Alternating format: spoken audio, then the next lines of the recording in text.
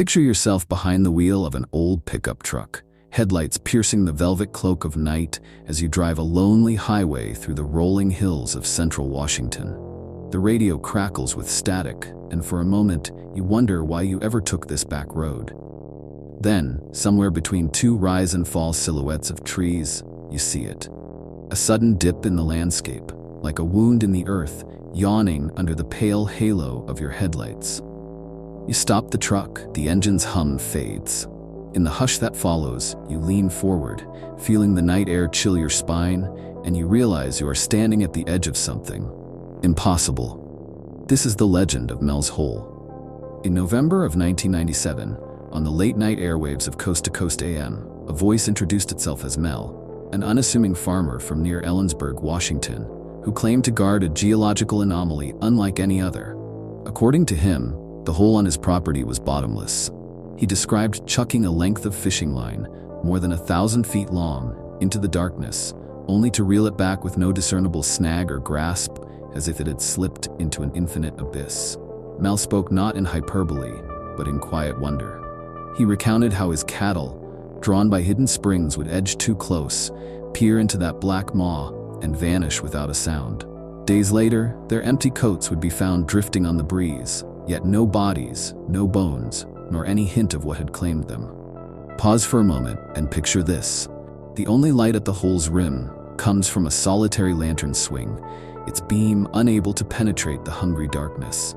Each breath of wind brings a whisper, a susurrus that could be the earth itself exhaling, or something ancient stirring far below. Mel claimed that when he lowered the body of a dog, dead, cold, and devoid of life, into that gaping crevasse, he expected silence. Yet, moments later, the dog was hauled back, very much alive, blinking as though awakened from a deep dream. Mel insisted it bore no memory of the fall, its coat fresh and undampened by subterranean waters. And then came the silence. Mel receded from the public eye, his phone went unanswered, and his property seemed to dissolve from maps and land records alike. Only the echoes of his testimony remained, carried forward by late-night call-ins, internet message boards, and the occasional skeptic chasing ghosts in the Pacific Northwest. Geologists have long studied sinkholes, natural depressions formed when soluble rock, like limestone or basalt, dissolves under rainwater, leaving voids that collapse without warning. In Washington state, ancient lava flows carved channels and tubes where water still courses in secret, creating the potential for vertical shafts that plunge deep into volcanic underworlds.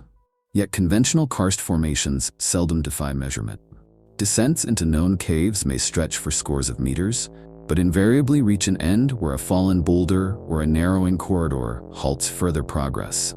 A bottomless pit, by contrast, suggests a fracture in reality itself, an opening too wide for any single cave system and too deep for daylight ever to return. Some researchers point to geothermal activity. Beneath the cascades lies a restless crust laced with molten seams. Fissures in that crust could channel heat upward, creating convection currents that warp magnetic fields. Hikers in the region report compass needles spinning erratically near suspected sinkholes, as though those crevices tap into forces beyond our mundane planet. Then there are the more extraordinary conjectures. The notion that bottomless pits serve as portals between dimensions or epochs. Every culture has whispered of such thresholds.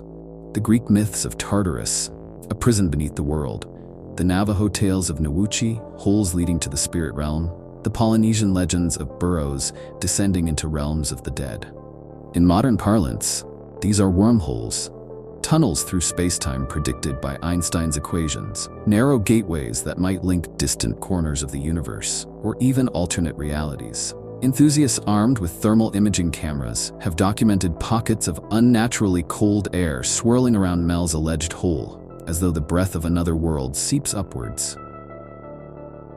Amateur physicists claim to have recorded enigmatic low-frequency hums, subsonic tones that resonate too deeply for human ears, suggesting vibrations of a realm unseen. And yet, for every theory, a skeptic stands ready with thermometers, seismographs, and scientific caution.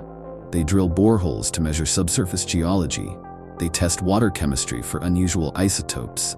They lower remote-operated vehicles on fiber optic cables, only to find more questions than answers.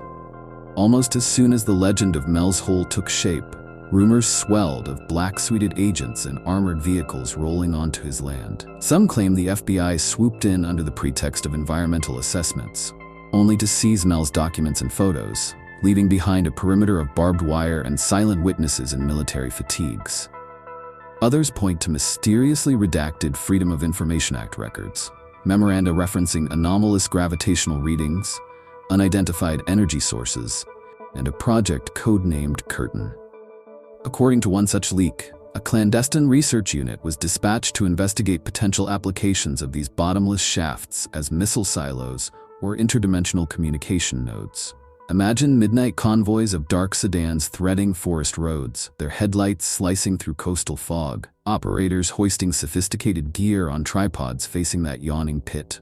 Field notes speak in sterile jargon. Site 47B exhibits extreme subsidence dynamics. Yet eyewitnesses describe a palpable tension in the air, as though the government agents themselves felt the abyss reaching for them. There are whispers of missing scientists, brilliant geophysicists who vanished after probing too deeply, their last emails trailing off mid-sentence. Whistleblowers report clandestine laboratories where rock samples from Mel's property glowed faintly under ultraviolet light, emitting radiation signatures that defied classification. Of course, definitive proof remains elusive. Official statements dismiss Mel's Hole as myth or misreported mining activity. The government's position is simple. No credible data supports the existence of an infinite pit, and any suggestion of portals or alternate dimensions belongs to the realm of science fiction, not national security. Yet the tension between the official line and the scattered rumors fuels the conspiracy mills. Because, in an age where satellites can map every square meter of Earth, how could a bottomless void swallow not just objects, but the very records of its existence? Mel's tale is eerie, but it is far from unique. Across continents and cultures, deep holes appear without warning, carving mysteries into the landscape. In 2014, Siberia's Yamal Peninsula witnessed the birth of a crater dubbed the Gateway to the Underworld. One morning, an Arctic lake fractured with a loud explosion, hurling icy debris into the air and revealing a yawning cavity more than 160 feet wide. Scientists now attribute it to methane gas eruptions beneath permafrost, yet local Nenets herders believe the land itself was angry, purging an ancient spirit. Further south, nestled in Armenia's volcanic plateau, lies the Jermuk Earth Abyss, an enigmatic fissure that few maps even mark. Travelers report feeling a vertigo that seizes the stomach, and local legends speak of a dragon's lair, sealed thousands of years ago by shamans chanting beneath star-cracked skies. On Europe's Atlantic fringe, the island of Lanzarote hosts volcanic caves that plunge into translucent aquifers. Divers exploring these submerged sinkholes or cenotes describe the boundaries between light and darkness, dissolving, as though entering a realm where time flows differently. Even in the crowded eastern U.S., south-central Kentucky's Mammoth Cave system boasts shafts that spiral downward, intersecting chambers so vast that sonar surveys still fail to map their entirety. Explorers bring floodlights and ropes, yet beyond a certain point, the walls retreat into an unyielding blackness, leaving only the hiss of dripping water and the beat of the explorer's own heart. Each of these sites shares a magnetic attraction, a promise of hidden truths waiting to be uncovered. They remind us that the world beneath our feet is neither uniform nor fully known, but an ever-shifting tapestry of voids and tunnels, some born of natural forces, others perhaps touched by myths older than language itself. As sunrise breaks across that Washington pasture, painting the sky in shades of rose and gold, you drive past the ruined fence posts and the lonely stretch of road where Mel's Hole once captivated a nation's imagination. You might dismiss the story as campfire lore or the fever dream of an eccentric farmer. You might lean on geological surveys and bureaucratic denials to anchor your skepticism. And yet, you carry with you a question that lingers far longer than the memory of Mel's voice on the radio. What lies beneath our world that we cannot or will not see? Because in every deep shaft, in every sudden crater, lives the potential for wonder and terror in equal measure. Whether born of shifting stone, explosive gas, or the fragile boundary between dimensions, these holes beckon us to peer into darkness and confront the limits of our knowledge.